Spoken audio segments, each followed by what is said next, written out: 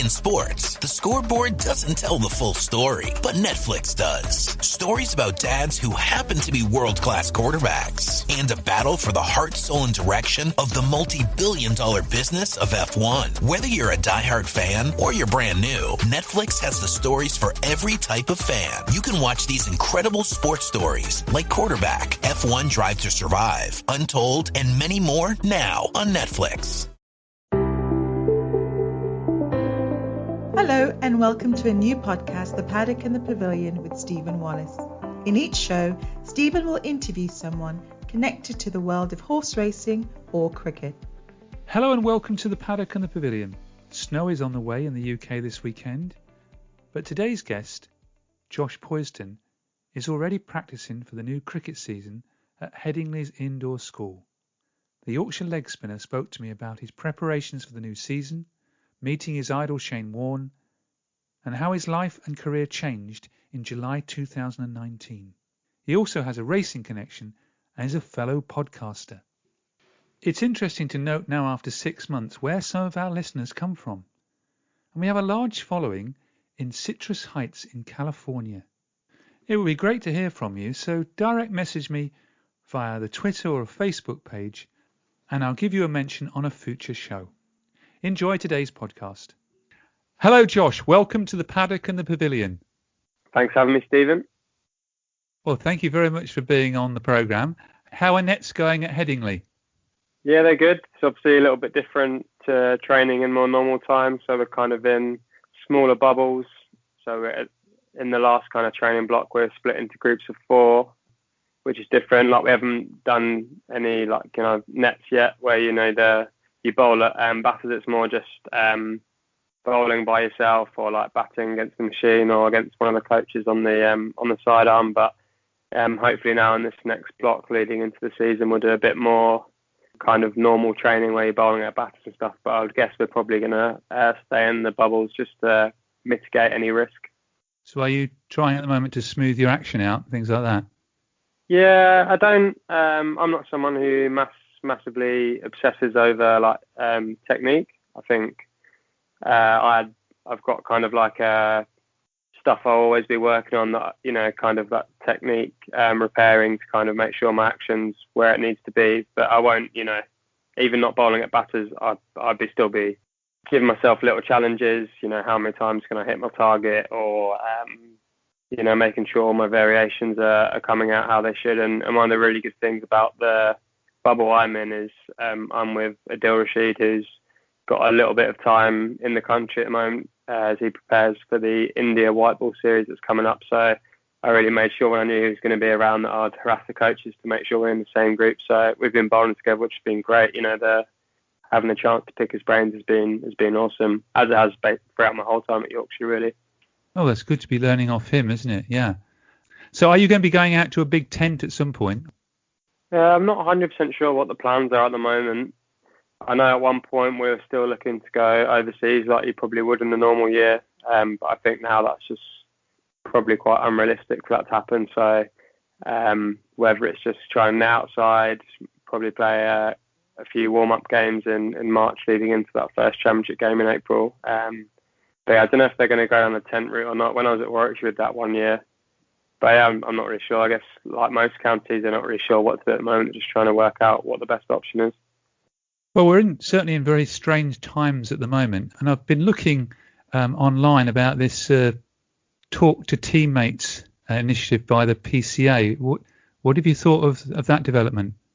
Yeah, definitely. I think the PCA does so much good for us as players, and it's a great initiative from them. I know that them and the charity they run, that used to be called the Benevolent Fund, they do a lot of good for us as players. So it's a really good initiative. I think whether that's talking to current teammates, ex-teammates, people who you're really close to, or maybe people you haven't spoke to in a while, it's really important. And I think just since March, really, when the pandemic hit, I think that's something that I've found for my own sanity has been really good to catch up with people, and especially in the first lockdown when you had loads of time on your hands, picking up the phone and speaking to old coaches, whatever it was something that I really enjoyed. And we're often very busy, so it's really nice to have that opportunity to ring people. And I think it's certainly a brilliant initiative from the PCA. Yeah, reading the newspapers that some players have had some problems, so it's obviously a good thing to have available to everyone.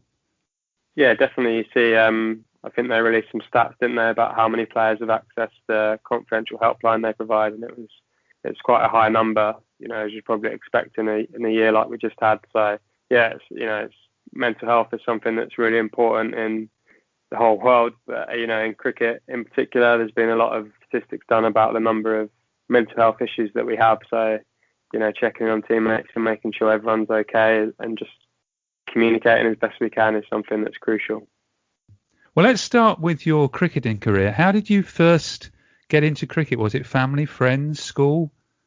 Probably a combination of all three of those. I think first of all, my dad played, so I remember when I was really young going to watch him play his village cricket and, running around the boundary like you do, a lot of kids do. And then as I was at primary school, a couple of mates played and then ended up going to Brighton Hove Cricket Club when I was kind of 8 or 9 and running around in their cult sessions, and then went from there really. I remember going there and kind of fall in love with the game and never really look back. So that was my route in the game. And then, as I got older, I think Dad actually took a big break from playing from when I was pretty young till I was probably in my early teens, and then he started playing again. So then it kind of process started again of going to watch him play and then eventually playing together. And was it always leg spin, or were you a batsman to start with? Well, I don't know. Yeah, I used to bat a little bit, I think, at that level, but yeah. As most kids do. But I think I was actually a wicketkeeper for the first couple of years until I was probably about 12. But I'd always walk down to the county ground at Sussex when I was growing up at Hove, because I literally went to school probably a 15-minute walk up the road. So I always go down there and play in the nets whenever there was a game on, and just mucking around bowling leg spin. And I think there might have been a coach in there saying, "Oh, look, you do that quite well. Maybe you should stick at it." And then kind of went from there. Really, it's probably when I was that age was when Shane Warne was really in his prime. So leg spin was really in vogue, and Sussex also signed Mushtaq Ahmed in 2003 as well when I was 12, 13 when I started. So I think with having those, being able to walk down from school and watch Mushtaq Ahmed bowl, really made leg spin that something that was always at the forefront of the game. And yeah, just really enjoyed it. And then I guess as I got older, got more and more fell more and more in love with it, and probably now reached the stage of obsession. Yeah, I'm going to see you played in the Sussex Premier League, I think at only 14, I read. Yeah, that was I had a bit of a funny journey into the game. So when I was that age, I kind of, like I said, I absolutely loved cricket, but definitely wasn't the best player at my age. I think I played 1 year of county age groups for Sussex under 14s, and then didn't get in the next year, which was probably the right decision. But then so at Brighton Hove Cricket Club, I used to love it. I used to play. I remember times in the summer you played 14, 15 days worth of games in a row. So you'd be in the under 14s and you play right up to the under 16s, and then you play in the Sunday team. I play in the 4th 11. I remember that first 11 game. I think they had a cup game on a Sunday, and someone dropped out last minute, and then I was available as I always was, so I ended up playing. I remember in that game, I think Ollie Rayner, who went on to play for Sussex Middlesex, he was playing, so I was playing against him. So it was just I remember being a bit in awe at the time. But yeah, I bet, yeah. I think that year I played for every 11 from 5th 11 to 1st 11, so I just kind of went wherever there was a bit of opportunity. Well, let's move forward a little bit to your first class debut in, can't say a sunny April, although I don't know what the weather was like, but the 2nd, 3rd, 4th of April at Fenners. It's never normally very warm at Fenners for the Cambridge University side. How did that come about? You played for them? Yeah, so like I said, I only played 1 year of county age groups under 14s, and then the next time I kind of played for Sussex A levels in the second team when I came back from having a gap year in Australia. And then when I started playing a little bit of county second team cricket, I decided to change what I was going to do at uni. So originally, we were talking about before we started, I was going to do a sport journalism course at Brighton Uni, but I decided, I want to give cricket a go. And the best option for my cricket was to go to one of the MCC university centres.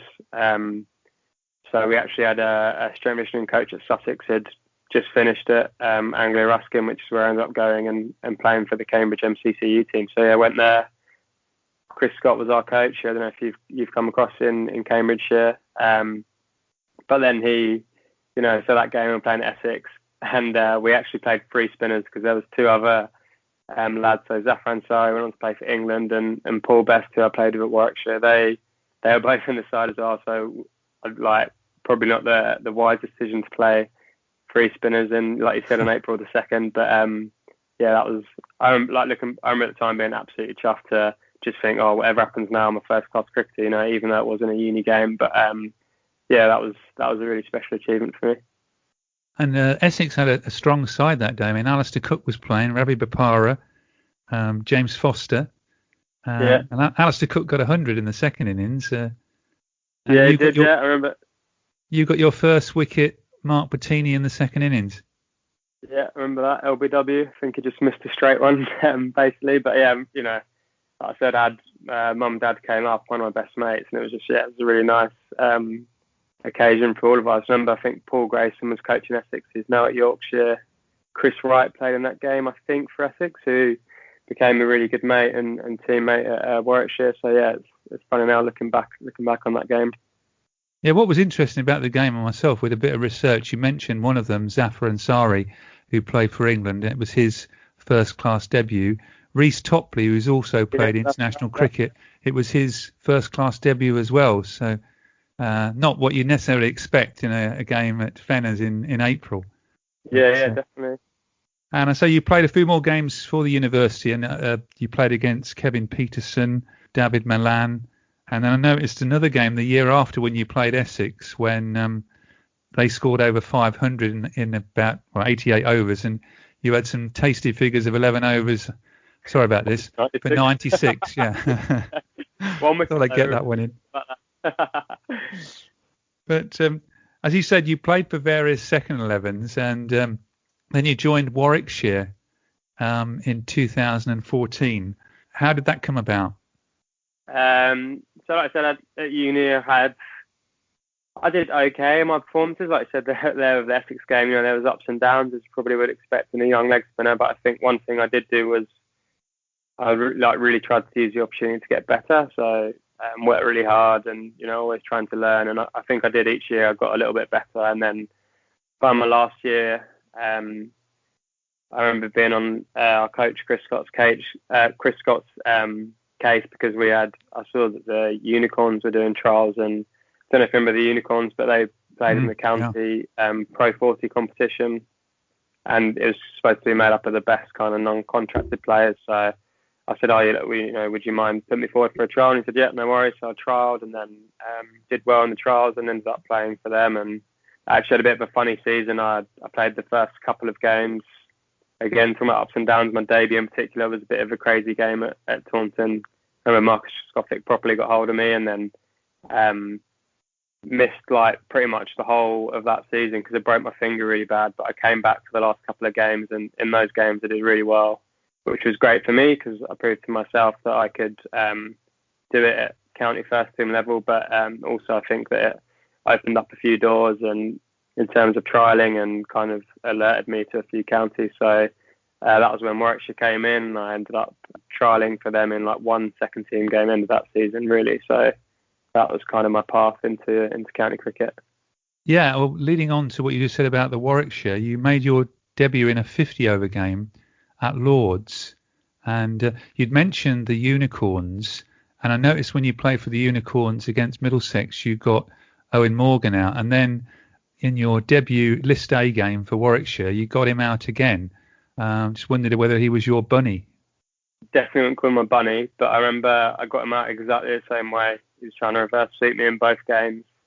And like I said, I think that Unicorns experience was crucial because although it was my List A debut for Warwickshire, I'd literally been in that situation before, probably even harder because you're playing with a team of amateurs really, rather than playing, with a team of professional cricketers. So that kind of really put me in good stead. And I think that was great as well because at uni I kind of played Red Bull first class cricket, and then I had the kind of List A experience with Unicorn. So even going into a county setup like Warwickshire, I knew that I played at that level before, and just kind of really helped me know what to expect when I went into that environment and those games.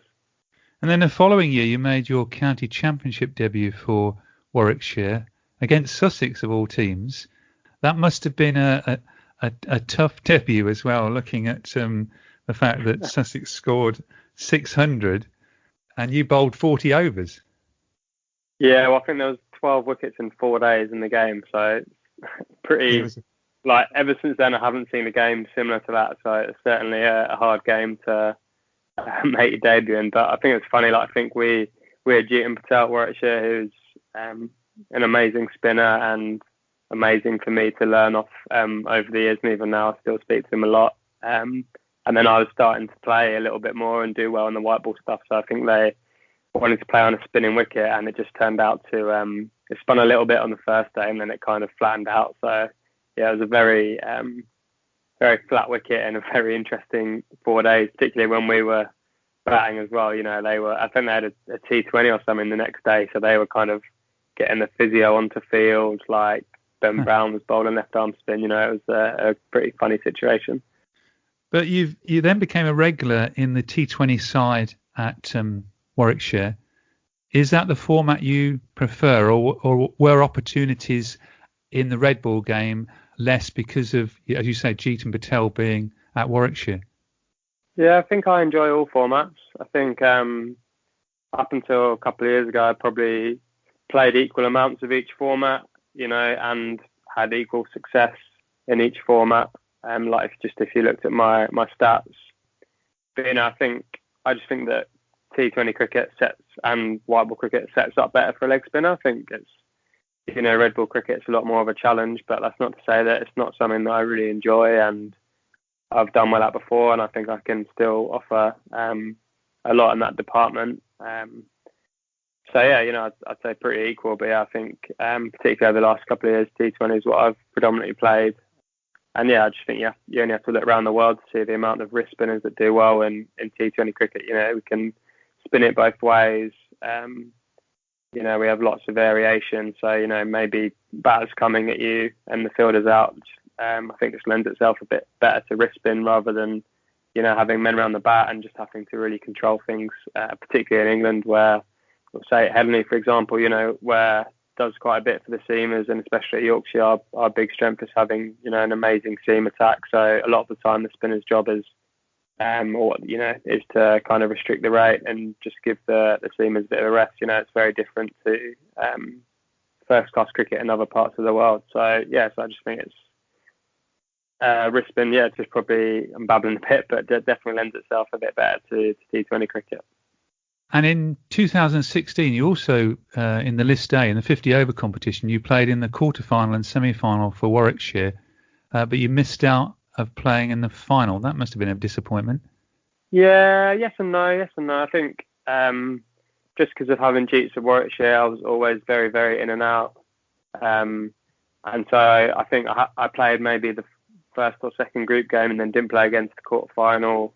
I had a really good quarter-final, then we won the semi-final. But then, you know, like I said, I listened to your podcast with Ollie earlier, like the fact that me missing out meant that Ollie played is, you know, one of my really good mates, and the fact that he did so well, and then the overall fact that we won it, there's not really much time to be disappointed. And, you know, that was actually a really special day. And I remember Ollie talking about getting Sangakkara out. I think I probably would have given Usain Bolt a good race in the amount of time it took me to get the drinks out there and give him a big hug. So it was, you know, like obviously I'd much rather have played. You never know what's going to happen. But the main thing is we won, and that was a really special day and night celebrating with everyone. So, well, in 2018, you moved on loan to Yorkshire.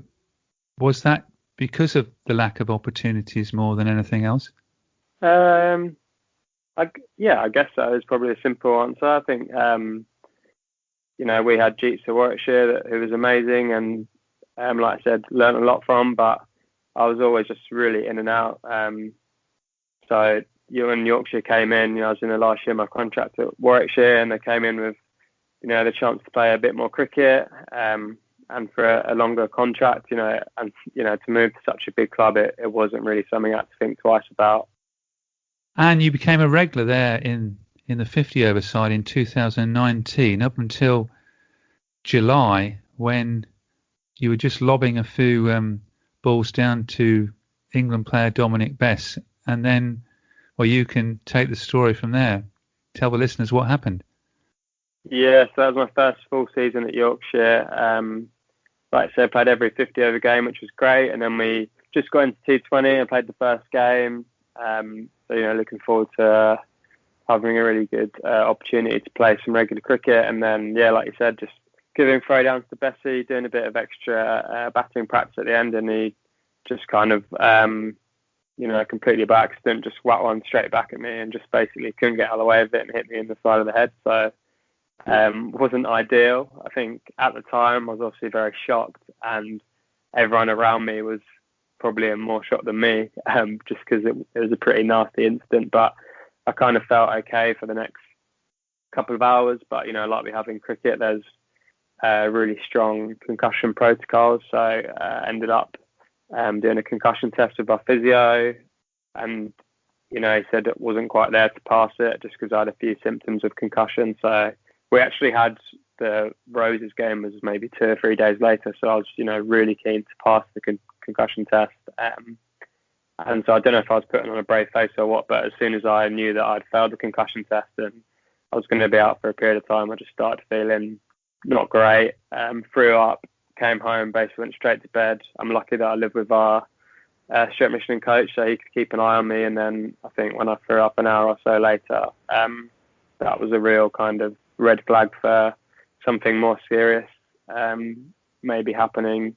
So I had to go to hospital, and then really didn't feel great at all. And then got a scan, and then by the time all that had happened, I actually started feeling okay again. So I was just thinking, right, I haven't felt great, but the scan's going to come back with nothing, and then I'll be good to go. A bit of rest, and then hopefully come back in a couple of weeks for the rest of the T20 campaign. But the I remember when the doctor came to show me the scan results, just a really serious look on her face, and I thought, right, here we go, what's this going to be? And basically said that I'd fractured my skull, had internal bleeding in my brain, and then bruising on the brain as well. Obviously 3 not great things to hear, and I think especially when I rang my family and my fiance straight after, it didn't sound great. No. Saying that to them, but thankfully within a couple of weeks I felt fine again, but it meant that my season was over, which was obviously really frustrating. So within a couple of weeks you felt okay? Yeah, basically I had to stay in hospital for about 48 hours. I did loads of tests just to monitor how I was going, and then I had about 2 weeks where I kind of just felt probably hungover is the best way of putting it, just no real appetite, niggly kind of headaches and stuff. And then after that, I kind of felt fine, but just because of something called second impact syndrome, which is if you get hit again in the same place, there's no kind of protection for the brain, so it can be really bad.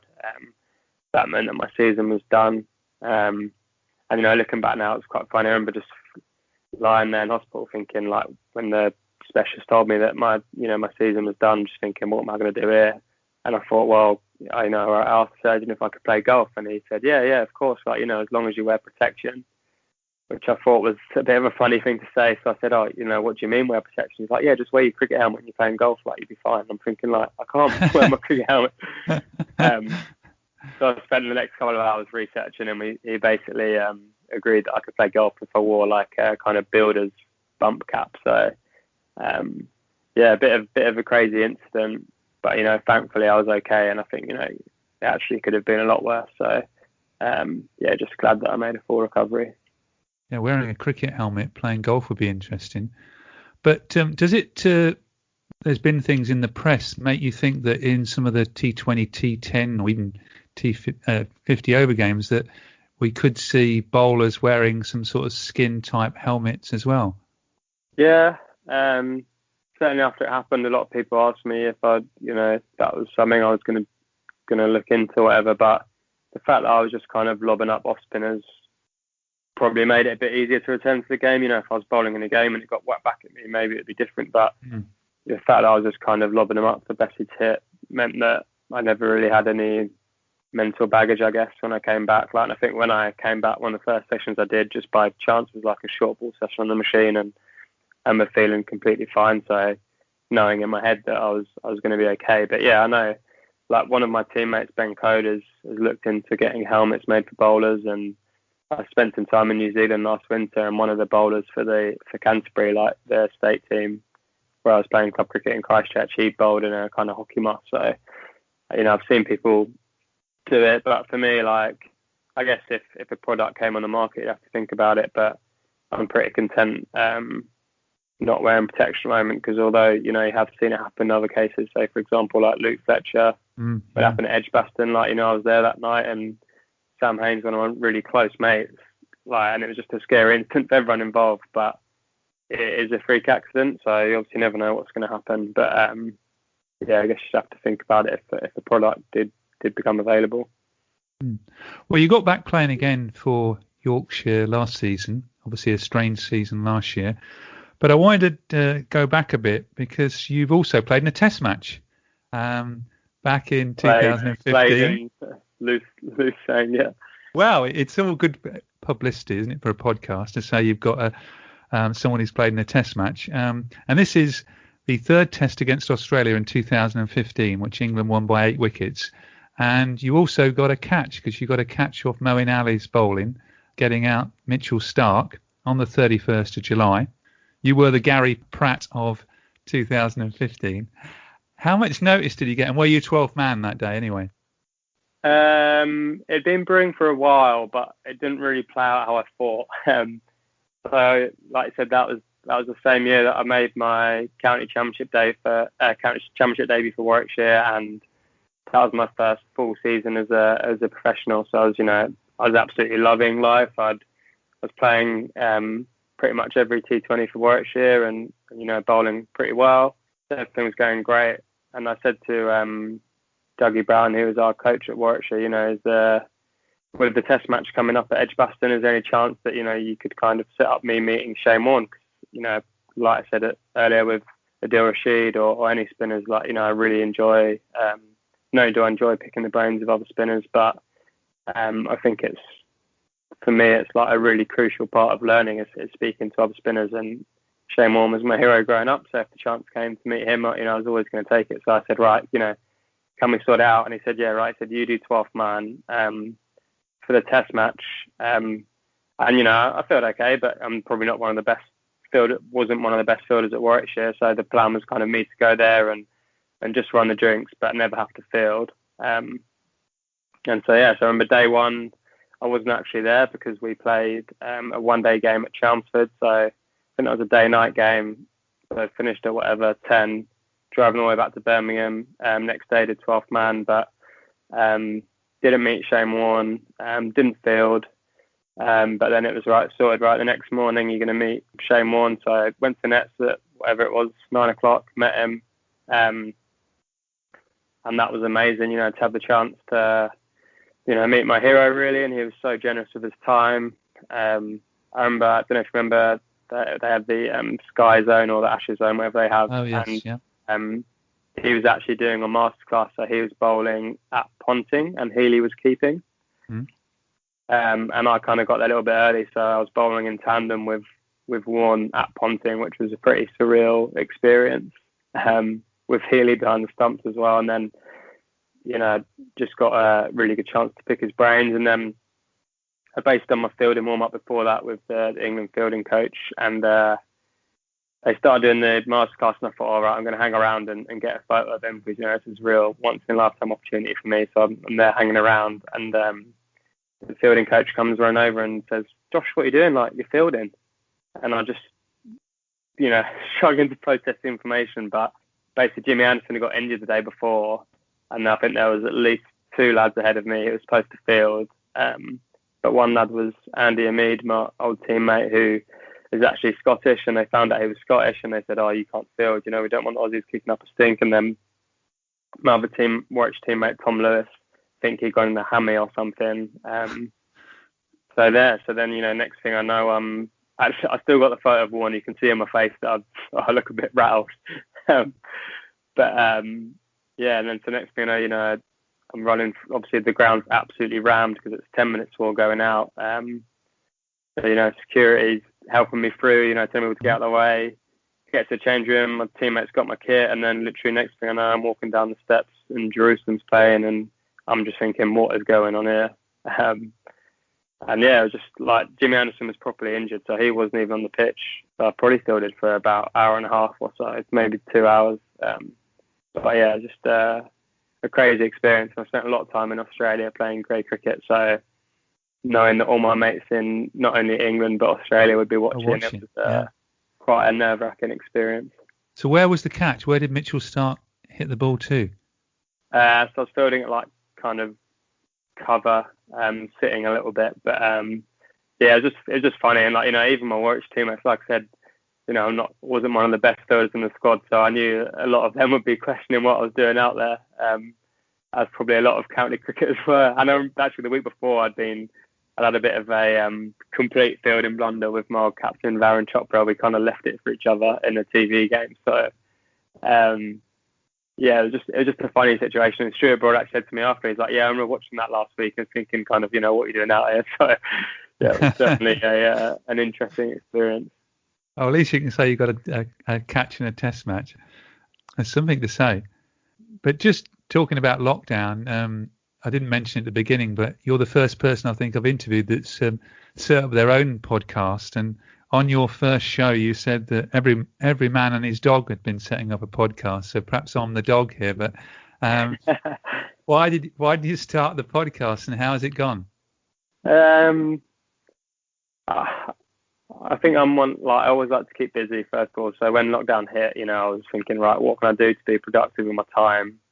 And the first couple of months, I kind of did a few online courses, but I was mainly just a delivery boy. I went back home to my mum and dad, so I had my dad was working from home, my sister was working from home, my fiance was working from home, my mum volunteers for Shout, a charity, so she was working, and I'm just there not really doing much. So I kind of just said to her, right, if you ever need a cup of tea or food or whatever, then just message me and I'll bring it up. So I started doing that.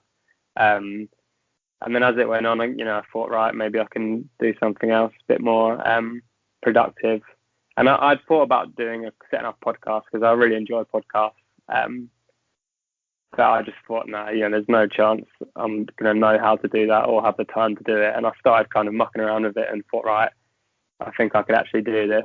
And then just asked a few people what they thought, and they all said they thought it was a good idea. And yeah, I just thought, like I mentioned earlier about Rashid and Warne, I just think the conversations that I've had with spinners have been some of my best learnings. It's a very specific skill. So, you know, it takes talking to someone who's very knowledgeable about the area to kind of pick up the nuggets that can really help you. So I thought if I can share the conversations that I've had, that's something that's going to be really helpful for young spinners. And I think, you know, not only is it helpful for young spinners, but for me, so if I wanted to go into spin coaching after finishing, which is something again that I'm really passionate about, you know, hopefully I can show that I am, you know, kind of trying to help young spinners. It sounds like it's a good move for you then, and it's kept you busy. I can assure you, doing podcasting has kept me busy, and it's called the Spin Badger. Has the feedback been good as well? Yeah, feedback's been great. Got lots of really nice messages from young spinners, you know, parents of kids who bowl spin, or even just other spin bowlers kind of around the county circuit, just saying they've enjoyed it. So that's been really nice. I've been really fortunate in my career that I've met a lot of great spinners and people who are knowledgeable about spin. So it's been great to share, you know, kind of their philosophy and their journey as spinners. In particular, like Jeetan Patel, who I've mentioned, you know, has been a massive influence for me, and Stuart McGill as well, as someone who I've spent a lot of time with, and has, you know, been such a great help to me. It's really nice to share their kind of philosophy, not only for others, but also for me to kind of revisit those conversations I've had and probably just reflect a little bit on my bowling as well. It's been a really good process. Well, you're certainly learning off some good people there. Just on that subject, who would you say is the best batsman you've bowled to? I hate bowling at Trescothick. You know, like I said earlier, he's taken me down before. there's definitely a few demons there standing at the top of my mark. Apart from that, it's hard to say. I've been lucky, played against lots of brilliant players. But I'd say, in particular, I found Trescothick my hardest opponent. So when he retired, I was certainly pretty happy. And also for this podcast, the Paddock and the Pavilion, you've also got a racing connection that Ollie was saying that with your dad, I think, isn't it? Yeah, so my dad really likes horse racing. He owns, I think, one horse outright, and then he's got a share in a couple of others. So it's something that's always on the telly when I go home, or, always been around going to the races when I was a bit younger. But I think anyone who knows my dad would say he's a very lucky man, and that's certainly been the case in his horse racing ownership. So the horse he owns outright is Ding Ding, and she's a bit of a track specialist for Plumpton. I think she's won 6 times there. So we're joking, a couple more wins and she'll have to have a statue there. But yeah, she's been great. I will look out for that. And it's called Ding Ding, yeah? Ding Ding, yeah. So if it's ever run at Plumpton, it's never that far away. And then a couple of other Harmonise and Hair Lair, which ran at Royal Ascot as well last June. So good. And what about the future for Josh Poysden? More podcasts, more cricket hopefully this year. Yeah, more cricket is the main thing really. I think, like you spoke about my head injury, and then even last year, it was a shortened season for everyone, but I managed to get caught in a bit of a kind of COVID bubble where I had to isolate for a couple of weeks right in the middle of our T20 season as well. So I think I've had a bit of bad luck the last couple of years. So yeah. I think the main thing this year is just want to play as much as I can and kind of go from there really. With my journey into the game, I've achieved a lot of things that I never thought I would. So I think going forward, that's still a lot I want to do in the game. And then post-playing, whether that may be, like I said, I really enjoy spin bowling. So maybe spin coaching, or maybe something completely different. You never really know. So yeah, just see how it plays out really. Well, certainly with leg spin bowling or spin bowling in general, there's probably opportunities if you do well with franchise cricket as well. Yeah, definitely. I think the ultimate for everyone is playing for England, and that's definitely how I feel. But if you don't play for England, there's some really good opportunities to play franchise cricket at the moment. We've got the 100 starting this year. I didn't get picked up in the original draft. Like I said, I missed a lot of cricket in the last couple of years, so I wasn't really expecting to. But I think if I have a good T20 campaign this year, hopefully I can push forward and get an opportunity in that. And then, yeah, like you said, there's loads of franchises around the world. Like spending a lot of time in Sydney, I'd absolutely love to play in the Big Bash. That's something that'd be great. And my fiancée is Aussie. I know she would really enjoy that. But yeah, I guess just see how it goes really. Yeah, I think the final of the Big Bash is this Saturday, I think, isn't it? Saturday morning. Yeah, we've had a lot of that on in the morning, which has been quite good entertainment. Well, the other good thing to say today is that we've got cricket coming on Channel 4 as well on Friday with a Test match, which is good. But thank you very much for coming on the Paddock and the Pavilion. Best of luck for the new season and for the Spin Badger podcast. Brilliant. Thanks for having me, Stephen. Thank you.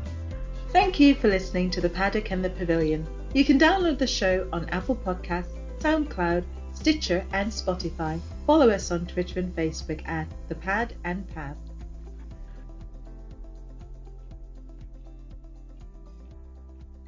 Sports Social Podcast Network. Okay, round 2. Name something that's not boring. A laundry? Ooh, a book club. Computer solitaire, huh? Ah, sorry, we were looking for Chumba Casino. That's right, ChumbaCasino.com has over 100 casino-style games. Join today and play for free for your chance to redeem some serious prizes. ChumbaCasino.com. No purchase necessary. Void where prohibited by law. 18+ terms and conditions apply. See website for details.